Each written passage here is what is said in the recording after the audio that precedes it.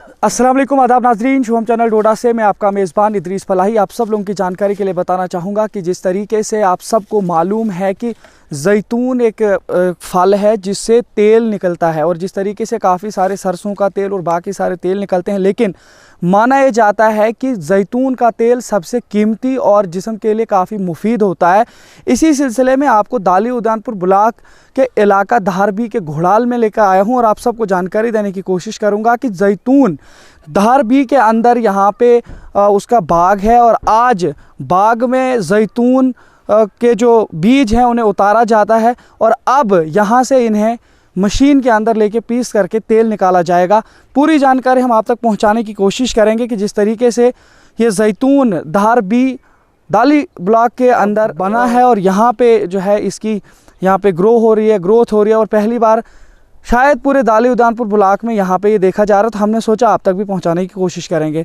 मैं आपसे थोड़ा सा ये जानने की कोशिश करूँगा कि जिस तरीके से आज आप इसको यहाँ से निकाल बीज को उठा रहे हो, तो किस तरीके से आपने पहले ये पेड़ पौधे लाए, आइडिया कैसे आया था, फिर कहाँ से लाए और कितना वक्त लगा इनको आपको यहाँ पहुँचाने में, और कितने टाइम के बाद ये आप आज फल दे रहे हैं? शुक्रिया। मेरा नाम अब्दुल लतीफ़ नायक है। मुझे काफ़ी अरसे से ये शौक़ था और हम सुनते थे कि ये ज़ैतून भी होता है। ज़ैतून ये एक फल होता है, उससे तेल निकाला जाता है और ये बहुत मुक़द्दस तेल होता है। इसका ज़िक्र जो है कुरान मुक़द्दस में भी है। तो ये मुझे शौक़ हो गया कि मैं भी ये ज़ैतून लगाऊं। फिर मैंने देखा कि यहाँ जंगली ज़ैतून के कुछ बूटे लगे हुए थे, तो मैंने एक दूसरे यारों दोस्तों से कहा जिन्होंने ये पहले लगाए थे। डोडा में कुछ लोगों ने लगाए हैं, जैसे शिशु कुमार साहब हैं, तो और दूसरे भी है डोडा में बड़े लोग हैं, मगर शिशु कुमार जो है यहाँ पहले उसी ने लगाए थे। तो मुझे भी शौक़, उनसे देखकर ये मुझे शौक़ हो गया। फिर मैंने हार्टिकल्चर डिपार्टमेंट से इसका ये कांटेक्ट किया। मैंने कहा कि मुझे भी ये शौक़ है कि मैं ज़ैतून के पौधे लगाऊं, तो मुझे भी ये इसको पौधे दिए जाए। ये कब की बात है?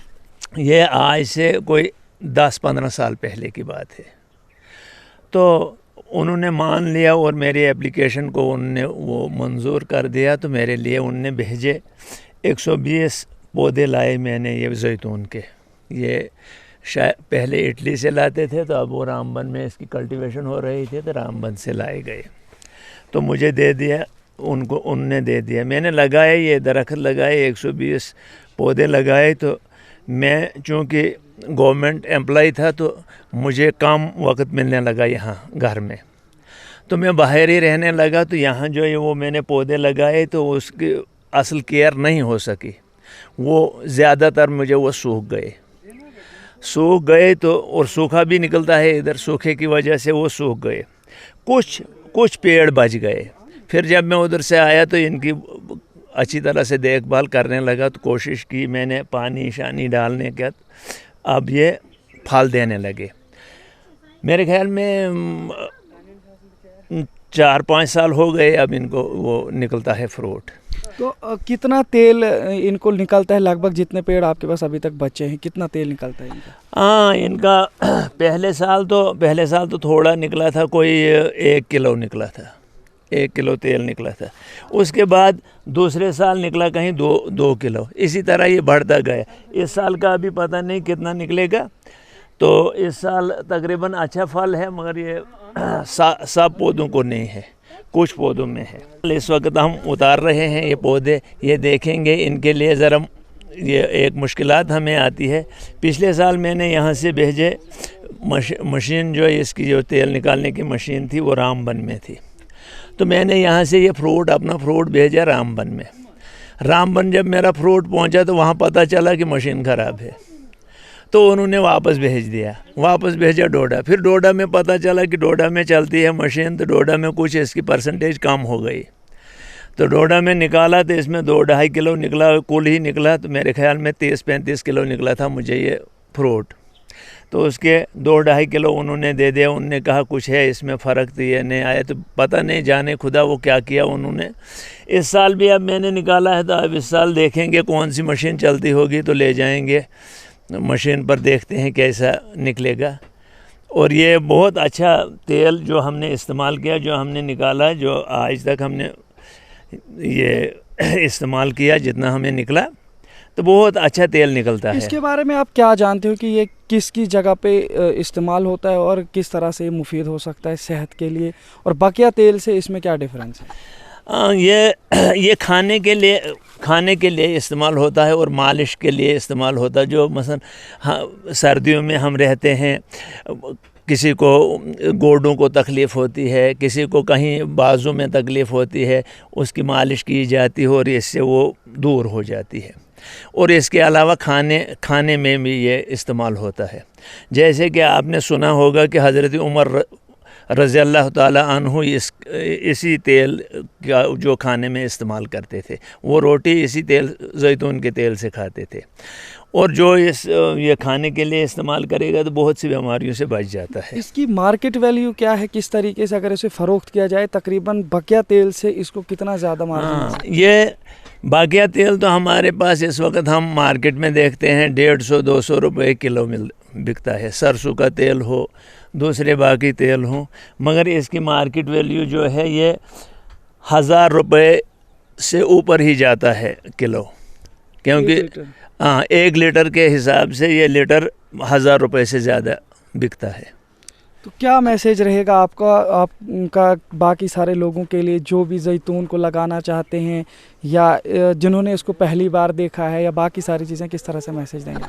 मैं कहता हूं कि जो इसको लगाना चाहता होगा तो बहुत अच्छी चीज़ है, ये लगाएं, सब लगाएं। ये अच्छा फ्रूट है ये, और ये सेहत के लिए भी अच्छा है, तमाम बीमारियों से आपको महफूज रखेगा। बाकी जितने भी हम बाज़ार से तेल लाते हैं उनसे बेहतरीन तेल इसका होता है, तो लिहाजा अच्छा रहेगा। मैं सब के लिए यही मैसेज देना चाहता हूँ कि सब लोग लगाएं। यहाँ पर लग सकता है ये जैतून का ये पौधा, ये बन सकता है। जब हमारी घोड़ाल में ये जैतून का पौधा बना तो ये तो हमारे इस दाली ब्लॉक में सारे ब्लॉक में बन सकता है। इसका देखना है कि अगर आपके इलाके में कहीं पर वो जिसको कूह बोलते हैं, जंगली जैतून, अगर उसका पौधा है उन जगहों पर, तो जहाँ पर ये पौधा होगा वहाँ पर ये जैतून भी बनेगा, क्योंकि ये ग्राफ्ट होता है। इस तरीके से जैसे ये आप कह रहे हैं, ये जंगली जैतून है। मतलब इस जंगली जैतून की वजह से अब ये भी बना? नहीं, मैं कहता हूँ अगर ये बनता है तो फिर इसकी कल्टीवेशन भी हो सकती है। अच्छा, मतलब अगर ये बनता है तो और इस पर इसकी ग्राफ्टिंग भी होती है। ये जो जंगली जैतून हमारे पास है, अगर हमने ये इस पर अगर हम ग्राफ्ट करेंगे तो इसको ग्राफ्टिंग करके हम इस पर ये असल जैतून में तब्दील कर सकते हैं। चलिए, बहुत बहुत शुक्रिया, आपने हमें जानकारी दी। हम थोड़ा सा यहाँ पे भी देखने की कोशिश करेंगे। नाज़रीन, आपको दिखाने की कोशिश करेंगे। ये है पेड़, और इसी पेड़ के अंदर यहाँ पे आप देख सकते हैं ये है जैतून, और इसी जैतून के हवाले से आज हम आपको जानकारी दे रहे थे। पहली बार हमने भी इसको देखा। आप देख रहे होंगे कि किस तरीके का खूबसूरत सा एक दाना है, और इसी के बारे में आता है कि इसको 2 तरीके से देखिए, एक तो इसका रस, फिर अंदर से इसकी जो गुठली निकलती है, और बताया जाता है कि इस गुठली और इन दोनों को आपस में मशीन के अंदर पिसा जाता है, और पिसने के बाद इसमें जो है तेल निकलता है। फिलहाल ये जो इसको तेल निकालने का तरीका जो है, इसको कहते हैं, जो एक्सपोर्ट हैं इसके जैतून के एक्सपोर्ट जो हैं, वो कहते हैं कि इसके 60% जो है ये गुठली में है तेल इसका, और 40% जो तेल है ये इस बाहर वाले छिलके में है। लिहाजा दोनों को मिलाकर 100%। आपको अगर हम क्विंटल ले लेंगे तो 25% के हिसाब से तेल इन एक ये अंदाज़ा लगाया है कि 25 और 25% तक इसको निकलता है तेल सारा। तो इसमें होता है 40% निकलेगा ऊपर वाले छिलके में, और 60% निकलेगा गुठली में। बहुत बहुत शुक्रिया। तो फिलहाल नाज़रीन, आप देख रहे थे आज के जैतून के हवाले से हम आपको रिपोर्ट दिखा रहे थे दाली उद्यानपुर ब्लॉक के इलाका घोड़ाल धारबी से। फ़िलहाल हम उम्मीद यही करेंगे कि आपको आज की ये नई चीज़ बहुत अच्छी लगी होगी, और उम्मीद यही करते हैं कि जिन्होंने जैतून को पहली बार देखा है, आप क्या कहते हैं, और जिन्होंने इसको पहले से देखा है या इसकी कल्टीवेशन करते हैं और कहाँ पे करते हैं, आप भी तबसरे में बता सकते हैं। देखते रहिए शोम चैनल डोडा। अपने मेज़बान इदरीस फलाही को दीजिए इजाज़त, मज़ीद पेशिश करेंगे। तब तक के लिए अल्लाह हाफ़िज़।